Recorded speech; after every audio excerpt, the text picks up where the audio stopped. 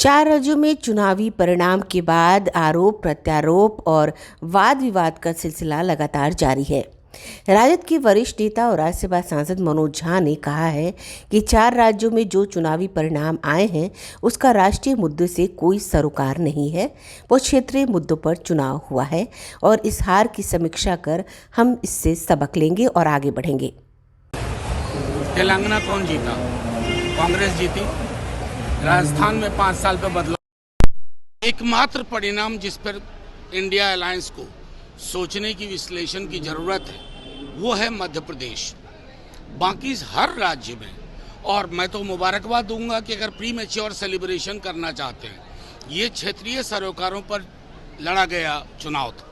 कल तक बीजेपी के लोग भी कह रहे थे ना, इसका लोकसभा से कोई लेना देना नहीं है। आज मैं बीजेपी के लोगों की ही बात दोहरा रहा हूँ, इसका लोकसभा से कोई लेना देना नहीं है।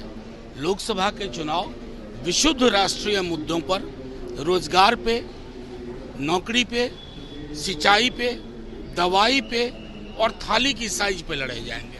बीजेपी कह रही है सेमीफाइनल है, फाइनल कल तक तो नहीं कह रही थी। इसलिए देखिए, बीजेपी को सोचना चाहिए।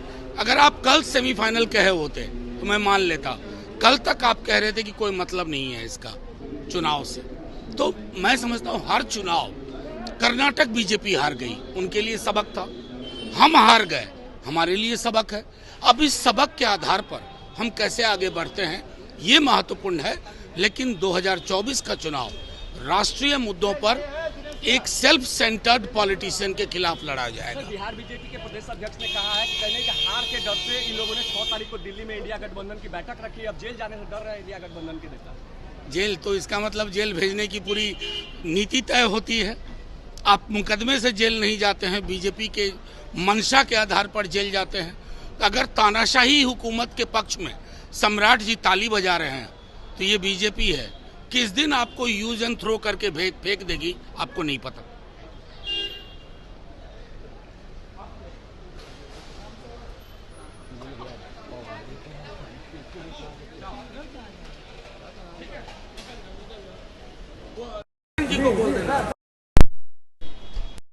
Happy journey sir.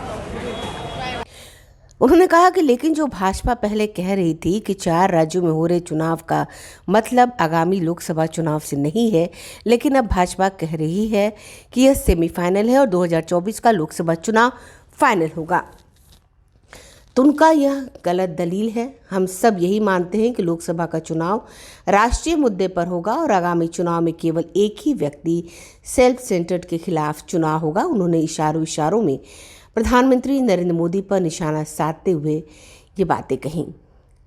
साथ ही उन्होंने कहा कि तेलंगाना का चुनाव बीजेपी हार गई है, जहां वह दावा कर रही थी, परंतु एमपी का चुनाव हम सभी के लिए चौंकाने वाला परिणाम है।